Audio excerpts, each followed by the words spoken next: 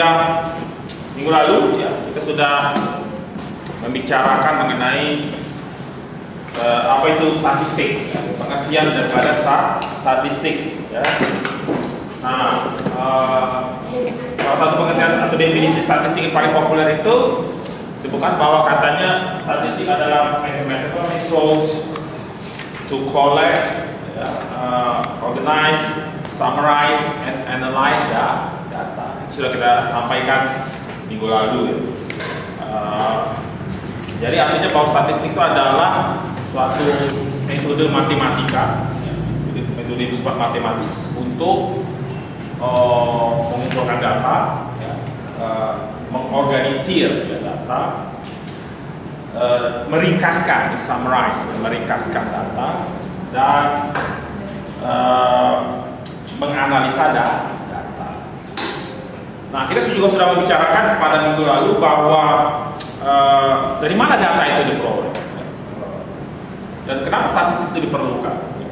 Jadi statistik diperlukan untuk memahami data, sementara data itu sendiri diperoleh dari populasi, ya.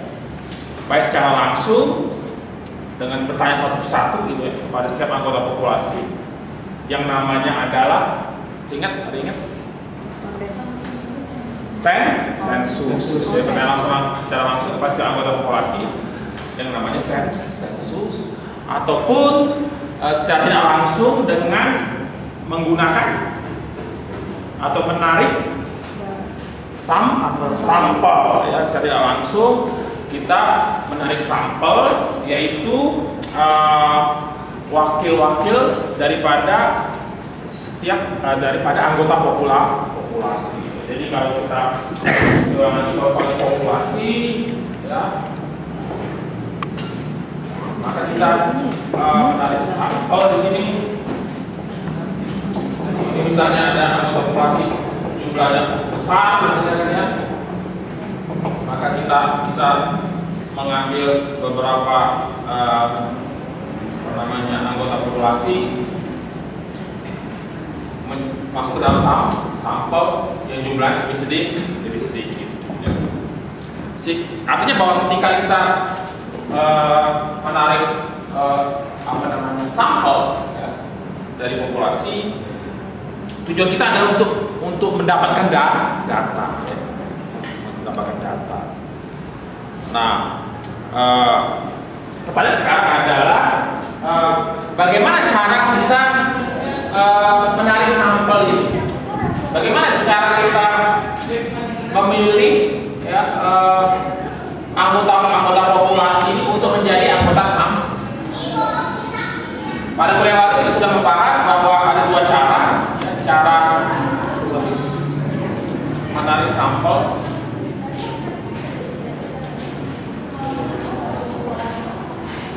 Nah, ya, boleh tahu tutup itu juga. Yang pertama adalah dengan teknik sampel probabilitas. Teknik sampel probabilitas. Yang kedua adalah teknik sampel non probabilitas. Ya. Jadi ada dua metode, terbagi dua teknik, ya, dalam menarik sampel itu. Ya. Jadi bagaimana cara kita menarik siapa saja yang menjadi anggota populasi ini yang bisa kita ambil sebagai sampel. Nah, kita juga sudah membahas pada kuliah lalu bahwa apa perbedaan antara teknik sampel probabilitas dengan teknik sampel non probabilitas. Ada masih ingat apa bedanya? Kalau probabilitas kenapa? Probabilitas teratur. Gimana? Ya, pada teknik sampel probabilitas peluang dari setiap, jadi selalu peluang dari setiap anggota populasi untuk terpilih, ya, menjadi sampel itu sudah dapat diketahui. Ya. Sementara yang teknik sampel non probabilitas, ya, peluang dari setiap anggota populasi untuk ditarik sebagai sampel itu tidak diketahui. Ya. Nah, kenapa ada diketahui atau tidak diketahui? Karena pada teknik sampel probabilitas, dia peluangnya diketahui. Kenapa? Dia peluangnya diketahui karena sudah tersedia daftar nama dari setiap anggota populasi, sehingga kita bisa menggunakan dari sampel probabilitas. Dan karenanya peluangnya kemudian sudah bisa diketahui. Sebaliknya kalau teknik non probabilitas, kita tidak memiliki daftar nama dari setiap anggota populasi. Sehingga karenanya peluang dari setiap anggota populasi itu untuk terpilih itu tidak diketahui. Oke. Nah, pada hari ini saya ingin melanjutkan dengan seperti apa sebenarnya ya, teknik sampel probabilitas dan non probabilitas itu secara lebih detail gitu ya. Saya mulai dengan yang non probabilitas dulu ya. Teknik sampel non probabilitas. Yang probabilitas kita lanjutkan minggu depan. Probabilitas.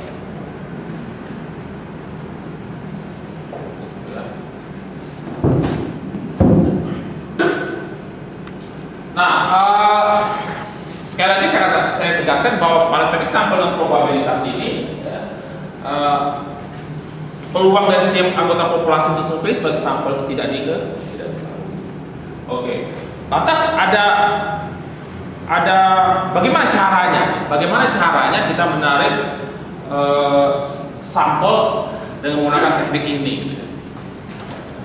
Nah, dalam hal ini ada beberapa teknik. Setidaknya ada 4 metode atau teknik dasar ya, yang umumnya digunakan dalam teknik sampel non probabilitas.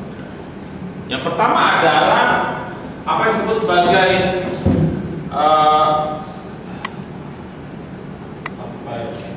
dengan sampel tersedia. Teknik penarikan sampel tersedia ya. Atau available, atau sebut juga istilahnya itu accidental, atau nama lainnya convenience, sampling.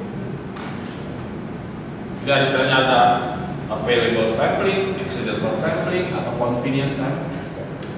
Maksudnya sama, sampel tersedia. Ya. Kalau kita lihat nama-namanya itu ya, ini akan menunjuk kita akan lebih paham maksudnya. Nah, misalnya istilahnya sampel tersedia itu disebut juga accidental atau accidental sampling. Apa arti accidental? Ada tahu istilah accidental? Tiba-tiba bisa tiba-tiba ya. Kalau bahasa Inggris itu katanya I meet him by accident. Artinya apa? Itu terjemahannya orang yang skor TOEFL di bawah 400. Tidak sengaja. Jadi by accident itu artinya tidak sengaja atau kebetulan ya, kebetulan ya. Jadi artinya bahwa kita memilih anggota sampel dari populasi ini secara kebetulan saja ya. Jadi memilih sampel dari populasi secara kebetulan saja. Kebetulan ya. Atau dengan kata lain mana saja yang ada atau mana saja yang tersedia atau sampel mana saja yang ada garis miring tersedia.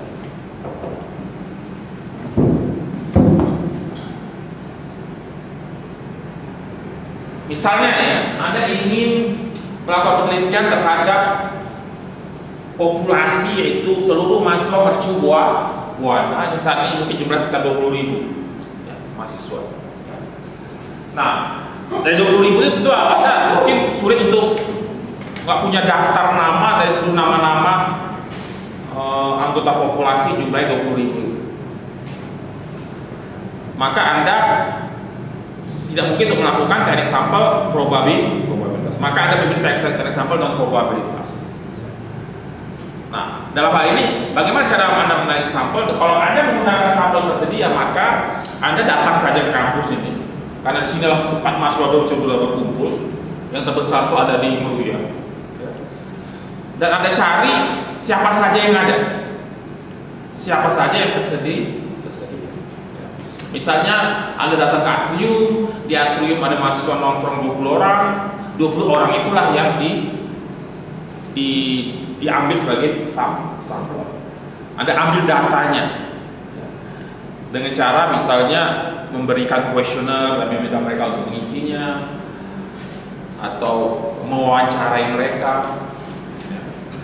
Jadi itu adalah cara mengambil data dari mereka, dari sampel itu. Anda ketemu di atrium 20, terus Anda cari lagi di mungkin di kantin. Nah, di kantin ada 15 lagi makan. Anda ambil lagi data. Anda cari lagi ke tempat parkiran, ada 3 orang. Anda ambil lagi data.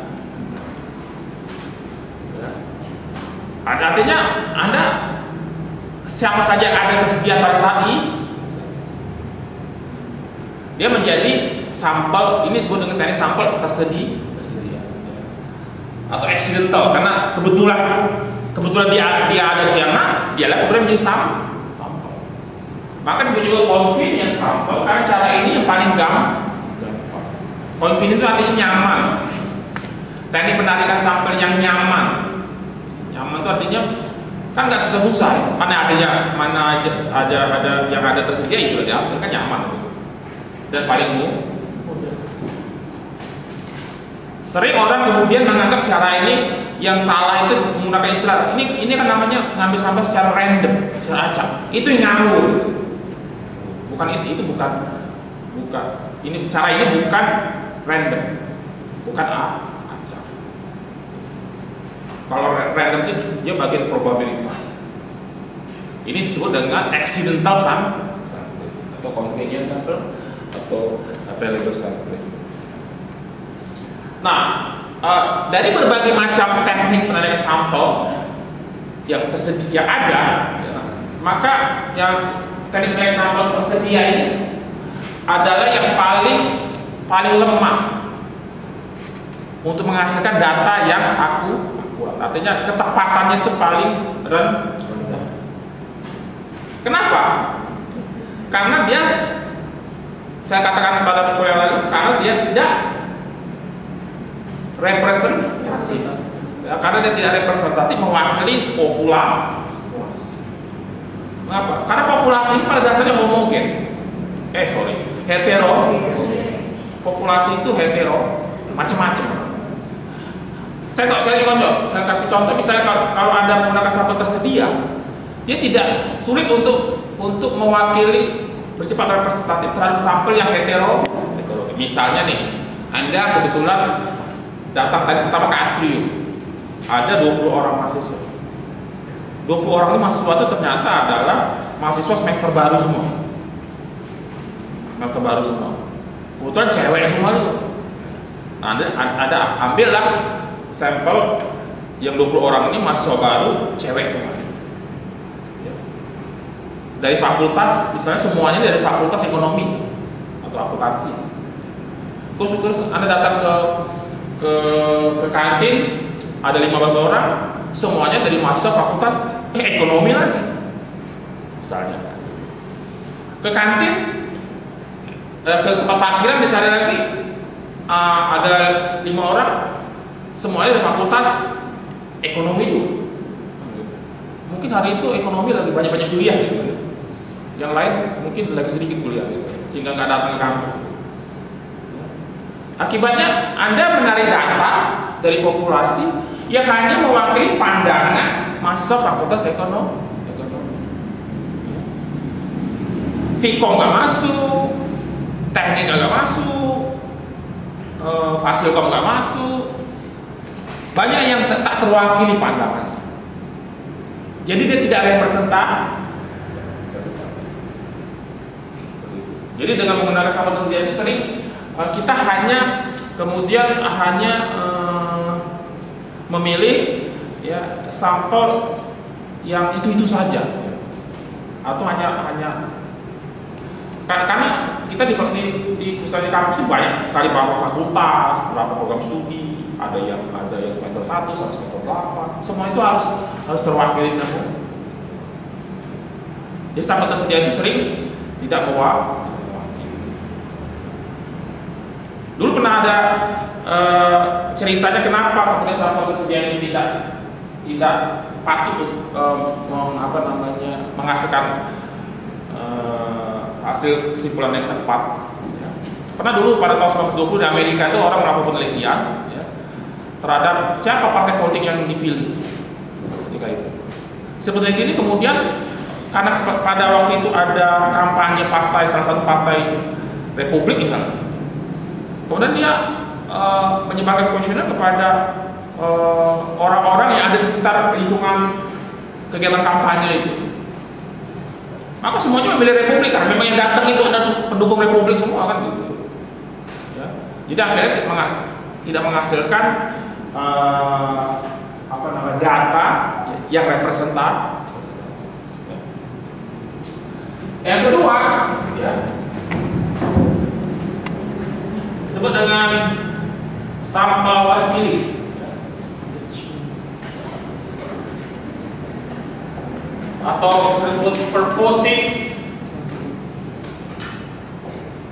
atau judgmental, ya, judgmental sample.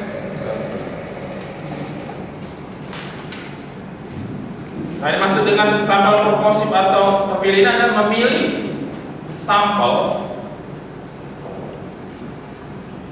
dengan kriteria tertentu. Jadi memilih sampel dengan kriteria tertentu. Nah, kalau yang pertama tadi sampel tersedia, ya, itu mengambil sampelnya siapa saja. Tadi kalau dari seluruh mahasiswa Mercubuana siapa saja yang pokoknya menjadi anggota populasi mahasiswa Mercubuana, maka dia boleh diambil. Tapi dengan cara teknik kedua ini, yaitu sampel terpilih atau purposive, ya,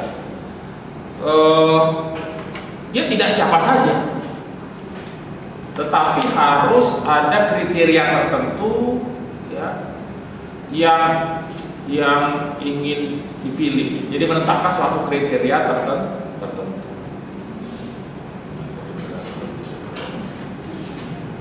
Saya pindah contohnya misalnya ke kasus yang lain.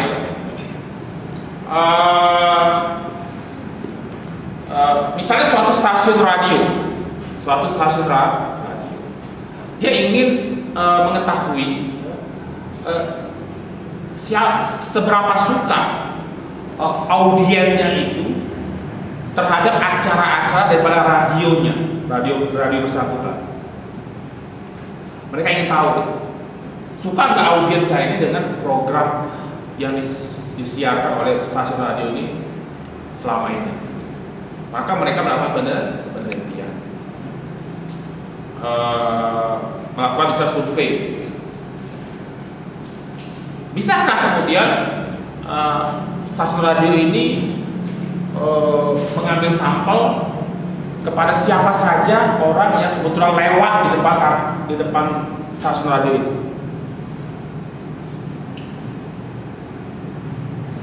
Kebetulan yang lewat remaja, tanya, ambil datanya. Kebetulan yang lewat ibu-ibu, tanya, ambil datanya. Kebetulan lewat nenek-nenek, tanya, ambil datanya. Bisa nggak seperti itu? Bangun Anda.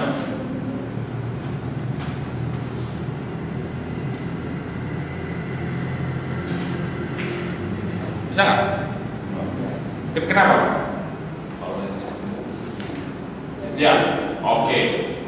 Tapi secara logika, yang kalau stasiun radio itu, kenapa nggak bisa melakukan yang sampel tersedia? Ya, karena radio memiliki segmen tertentu. Dia mempunyai target audiens tertentu. Tidak semua orang, ya, yang ada di wilayah siarannya itu. Biasanya kan stasiun radio itu kan punya wilayah siaran. Itulah sebenarnya yang menjadi populasi. Kalau dia stasiun di Jakarta berarti bila populasi itu adalah Jakarta itu. Tapi tidak semua populasi itu, ya, setiap orang yang ada di populasi itu bisa dipilih sebagai sampel. Karena stasiun radio itu dia punya target audiens sendiri. Ya, misalnya ada yang target audiensnya adalah wanita dewasa yang karir. Nah, jadi wanita dewasa dan karir. Ya. Jadi artinya kriterianya adalah ya wanita dewasa, tapi tidak hanya wanita dewasa, tapi yang punya karir atau bekerja. Nah, wanita dewasa tapi tidak punya pekerjaan, nggak masuk target. Jadi mungkin dia wanita dewasa, punya karir, dan ibu rumah tangga karena dia punya anak. Nambah lagi kriteria. Jadi yang dipilih dari populasi itu adalah berdasarkan kriteria tadi. Wanita dewasa, punya karir, dan punya anak. Ini yang menjadi target audiens. Karena selama ini programnya disusun berdasarkan karakteristik daripada audiens seperti ini. Atau misalnya pria dewasa dari kelompok eksekutif, ya. Jadi kriterianya dua, pria dewasa dan masuk kategori eksekutif, mungkin manajer, dan seterusnya. Jadi stasiun radio itu menetapkan kriteria itu, sehingga ketika dia menanyakan mendapatkan data di populasi, dia akan bertanya dulu kepada setiap anggota populasi, Anda memenuhi kriteria ini enggak? Kalau tidak memenuhi kriteria ini, dia tidak diambil atau digunakan. Tapi kalau memenuhi kriteria, maka barulah dia diambil. Nah, ini disebut dengan purposive sample terpilih.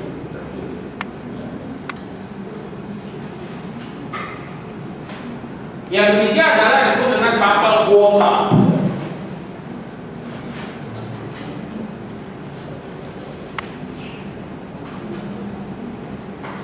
Sampel kuota. Jadi memilih sampel dengan membagi populasi ke dalam kelompok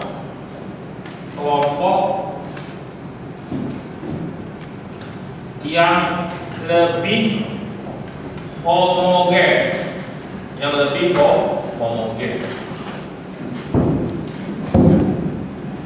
itu namanya sampel kuota.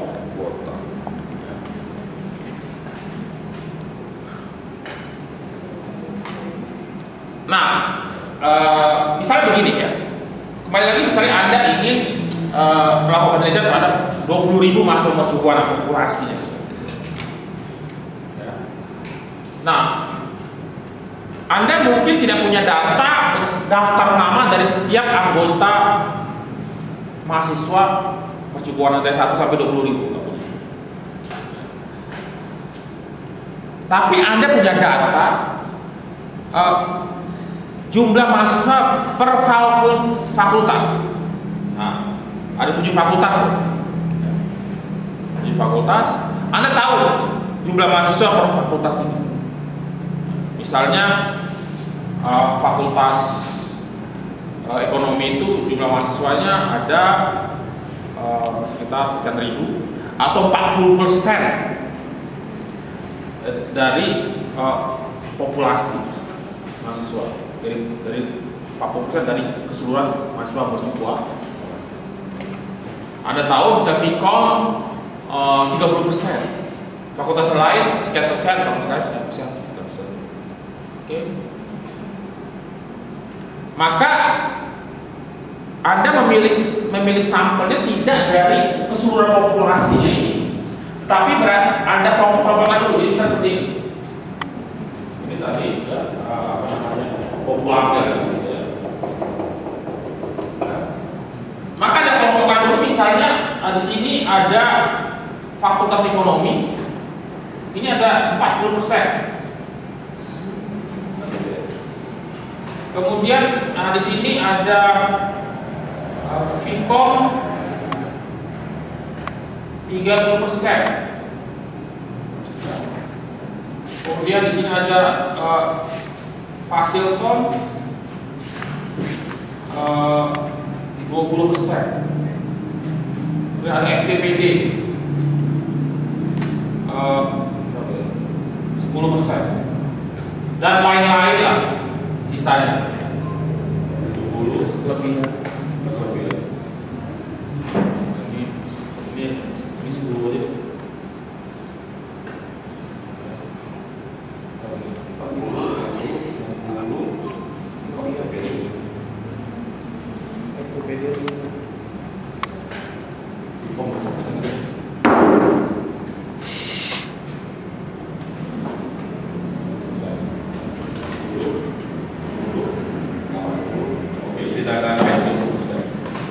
Total 100%. Nah, Anda membagi dulu populasi itu berdasarkan fakultas itu. Nah, setelah Anda membaginya itu, baru kemudian Anda memilih sampel. Ini populasi. Ini sampel. Ya. Misalnya Anda menginginkan sampel itu sebanyak 100 orang. 100 orang. Ini tadi 20.000 kan? Totalnya mahasiswa. Ini ada 100 orang. Nah, karena jumlah fakultas ekonomi ada 40% dari total, maka berapa orang yang Anda tarik sebagai anggota sampel secara non probabilitas? Berapa orang?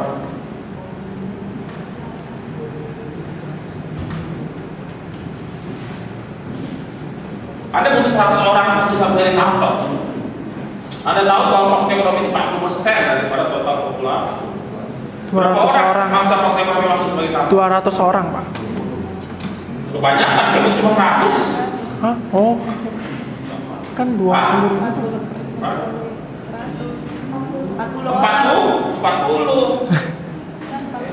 40 ekonomi. FE 40. Vkom berapa? 20. Terus Fasilkom 10. Sampai 100 total. Artinya bahwa dengan menggunakan teknik sampel kuota ini, ya, kita menarik sampel itu secara proporsional, berdasarkan jumlah daripada masing-masing kelompok mahasiswa yang kita pilih. Dalam hal ini berdasarkan fakultas. Artinya bahwa semakin besar jumlah mahasiswa di suatu fakultas, maka tentunya yang mewakili fakultas itu sebagai sampel juga semakin besar. Tapi semakin kecil ya juga semakin kecil.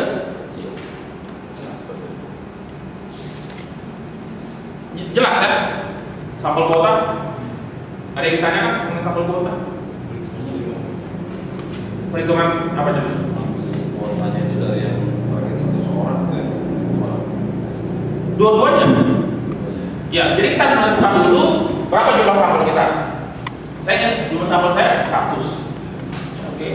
Nah sekarang kan 100 orang itu tuh kita harus bagi-bagi jatahnya berdasarkan kelompok-kelompok mahasiswa yang ada di divisi mercubuana.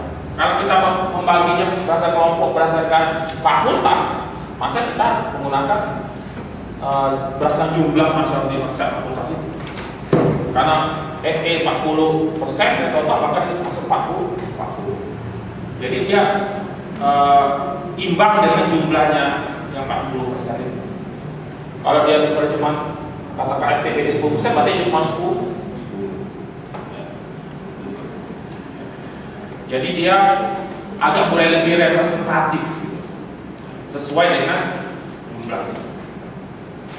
Sama seperti kalau di DPR itu dapil-dapil itu kan yang paling banyak dapil itu kan daerah pemilihan gitu, di Jawa. Karena Jawa itu jumlah orangnya banyak, maka dibagi-bagi dapil banyak juga kan gitu. Seperti itu.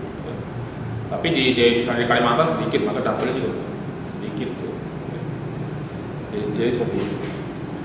Nah pertanyaannya apa logikanya dari sampel kuota itu? Apa logikanya? Artinya bahwa dari sampel kuota ini kita membagi mahasiswa ini menjadi lebih homogen. Kalau kita kelompokkan dulu mahasiswa mercubuana berdasarkan fakultasnya, itu sebenarnya secara logika kita membagi menjadi lebih homogen. Kenapa lebih homogen? Artinya bahwa sifat daripada populasi itu akan menjadi lebih sama kalau dia dikelompokkan dulu berdasarkan hal-hal yang sama. Misalnya minat dalam bidang studi. Misalnya biasanya sih, misalnya nih antara mahasiswa yang masuk Vkom dengan yang masuk teknik itu agak beda minatnya, ciri-ciri, ya kan? Yang masuk Vkom biasanya banyak orang bertanya, kan mau masuk Vkom mahasiswa, saya ini Pak paranoid dengan matematika, jadi saya masuk Vkom karena nggak ada matematika, hafal doang. Teknik pasti nggak ada masalah matematika, karena tiap hari belajar hitung-hitungan kan, nggak ada masalah. Dari situ aja sudah kelihatan cirinya kan. Dari segi ini, artinya kita bisa kelompok menjadi lebih homogen. Nah, dalam penelitian mengelompokkan dulu populasi menjadi bagian-bagian yang lebih homogen itu akan mampu menghasilkan data yang lebih baik, dalam arti lebih akurat hasilnya. Kita bisa juga membaginya itu lebih homogen berdasarkan faktor-faktor lain ketimbang. Tadi saya contoh sini berdasarkan fakultas, tapi bisa juga kita baginya berdasarkan program studi. Kita bisa membaginya berdasarkan mungkin agama. Mungkin kita bisa membaginya berdasarkan indeks prestasi. Kita kelompok dulu masuk mercubuana ini IP-nya 4 ke atas, paling atas 4, 3 ke atas, 2 sampai 3, yang nggak ketulungan 1 sampai 2. IP sudah nggak ketulungan 1 sampai 2. Nah, kita bisa membaginya berdasarkan indeks prestasi. Kita bisa membaginya berdasarkan tingkat ekonomi dan macam-macam. Nah, apa yang jadi dasar pembagian ini? Itu tergantung daripada kebutuhan dan keperluan penelitian kita. Tergantung daripada nanti teori-teori kita. Tergantung daripada teori. Seperti itu. Tapi intinya adalah kita bisa kelompokkan dulu mahasiswa itu menjadi lebih homogen.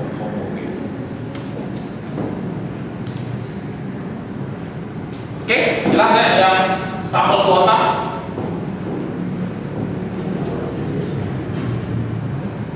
Yang terakhir adalah yang nomor 4 adalah teknik sampel snowball. Sampel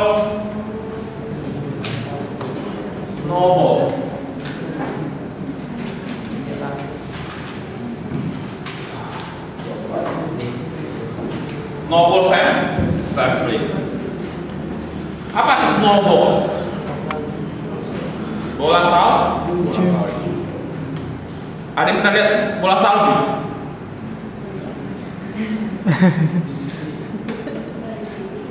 Di TV, lihat di TV, di film kartun. Apa ciri bola salju itu? Bulat, putih. Putih bulat terus Dari ASS. dia mengelinding dari kecil, semakin lama ke bawah semakin besar. Nah itu disebut dengan itu snowball itu. Nah sama juga dengan prinsip tadi pernah example snowball atau bola salju.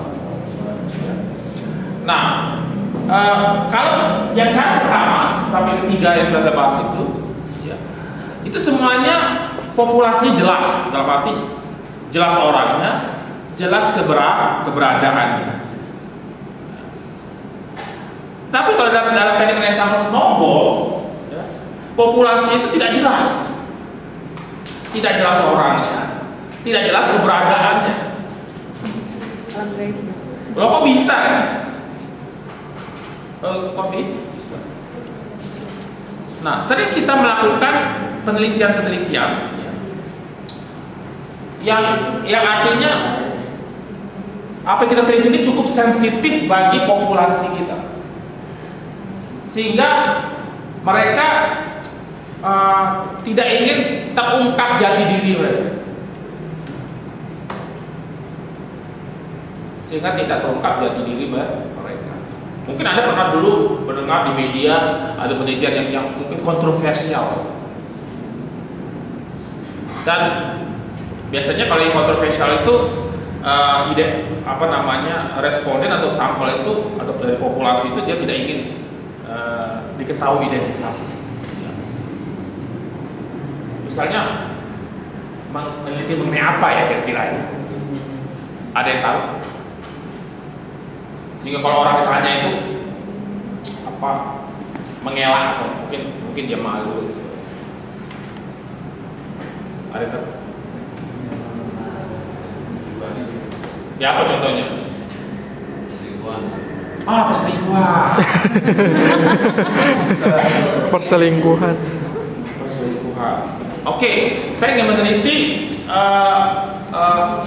mengapa pria atau wanita itu berselingkuh. Kan gitu. Ya. Maka saya cari orang-orang yang pernah punya pengalaman berselingkuh. Ya. Katakanlah saya kenal seseorang yang saya tahu dia berselingkuh. Kemudian saya tanya, Anda kan dulu pernah berselingkuh ya? Iya. Kita sih nggak pernah selingkuh. Setelah akhirnya Anda tanya lagi, tahu nggak teman-temanmu atau orang-orang lain yang kamu tahu dia juga berselingkuh? Oh itu saya nggak tahu siapa yang berselingkuh, saya nggak tahu kan gitu. Akhirnya mentok sampai situ. Dalam snowball sampling ini tidak boleh mentok sampai situ. Jadi responden atau sampel yang kita pilih itu dia sudah bisa membentuk jaringan, network. Jaringan atau network. Jadi ada jaringan, ada network. Sehingga dia tahu teman-teman yang lain dan bisa ngasih tahu ke kita, itu dia yang sama seperti saya juga. Kira-kira kegiatan apa yang sensitif, tidak ingin diketahui, tapi ada jaringannya nih di bawah tanah. Perjudian. Judi apa bisa? Hah? Judi apa tuh? Judi online. Judi online. Kayak apa judi online?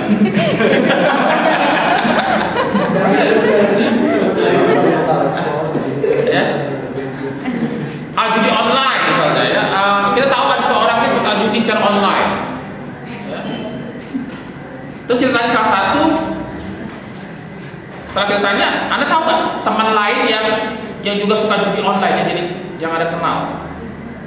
Ya. Kalau dia kenal dengan orang-orang lain yang dia tahu, maka kita akan mendapatkan tambahan informasi, tambahan sampel dari tadinya modal cuma 1 jadi 2. Terus tanya lagi ke teman yang lain, dia ngasih tahu lain. Jadi kita tanya si A ngasih tahu si A, si B dan si C ngasih tahu si D, E, F ngasih tahu si dan seterusnya. Sehingga makin lama jumlah sampel kita semakin besar.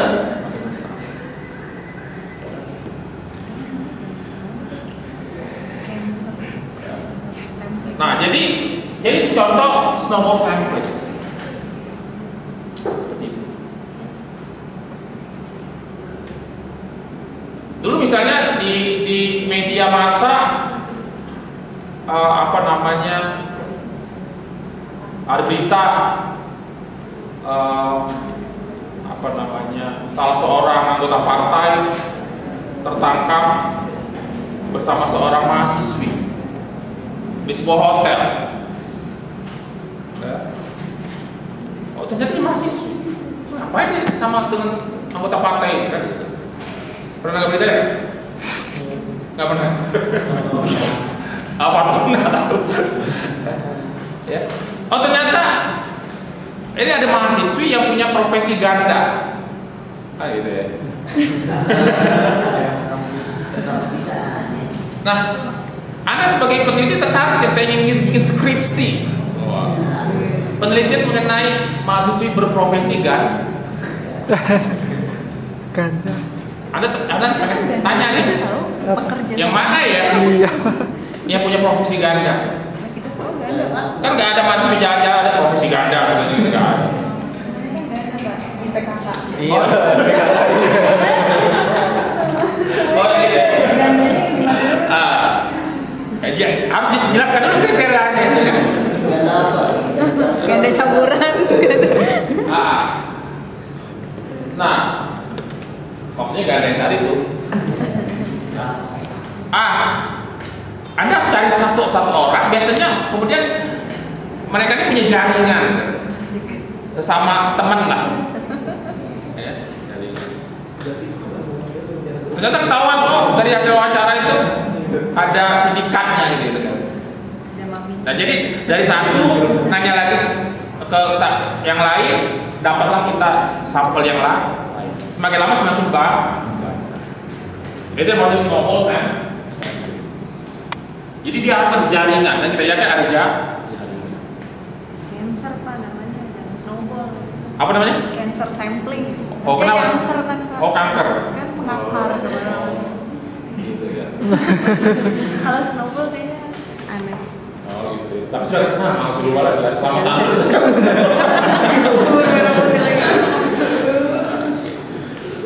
Oke, jadi inilah 4 teknik sampel non probability. Apa kesamaan dari 4 teknik ini? Kesamaannya adalah sama-sama tidak diketahui seluruh anggota populasi. Sama-sama kita tidak memiliki daftar dari setiap anggota populasi. Semuanya nggak ada. Karena tidak ada, maka digunakan 4 teknik ini. Ya, jadi sampel setia, terpilih, kuota, dan sampel semua. Oke. Sampai sini ada pertanyaan? Kalau di media massa sekarang kan lagi musim pemilihan yang calon presiden gitu-gitu kan. Kalau biasanya media kan nampilin tuh misalkan berapa persen untuk Jokowi, berapa persen Prabowo. Itu dia pakai sampel yang mana gitu? Oke, bagus ya. Kebanyakan media itu biasanya dia melakukan survei, namanya mereka bikin survei melalui telepon. Ya, telepon. Ya, jadi media massa itu dia menelpon sejumlah responden untuk menjadi sampel. Nah, kalau dia melalui telepon, dia menggunakan buku telepon. Nah, buku telepon sendiri itu dia representatif atau tidak? Sama sekali tidak. Pertama, tidak semua orang yang punya telepon itu mau mendaftarkan diri dalam buku telepon di Yellow Pages itu, nggak semuanya mau.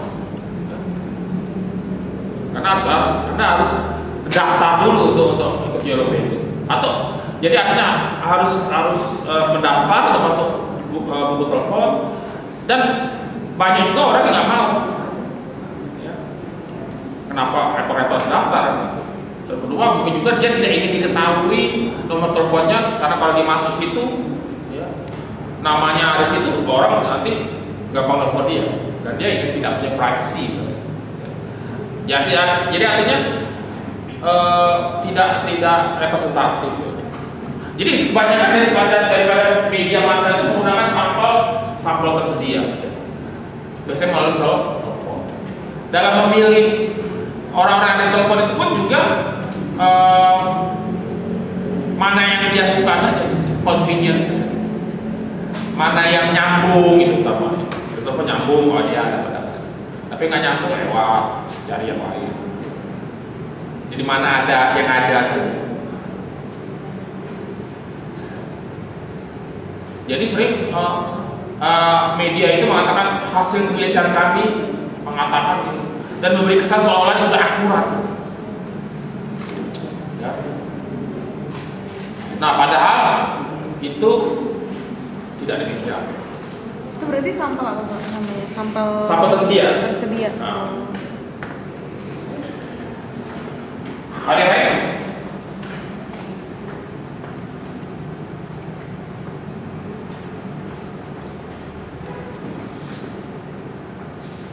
Jadi minggu depan kita akan membahas sampai probabilitas. Probabilitas itu seperti saya katakan tadi, kita sudah memiliki daftar dari setiap anggota populasi.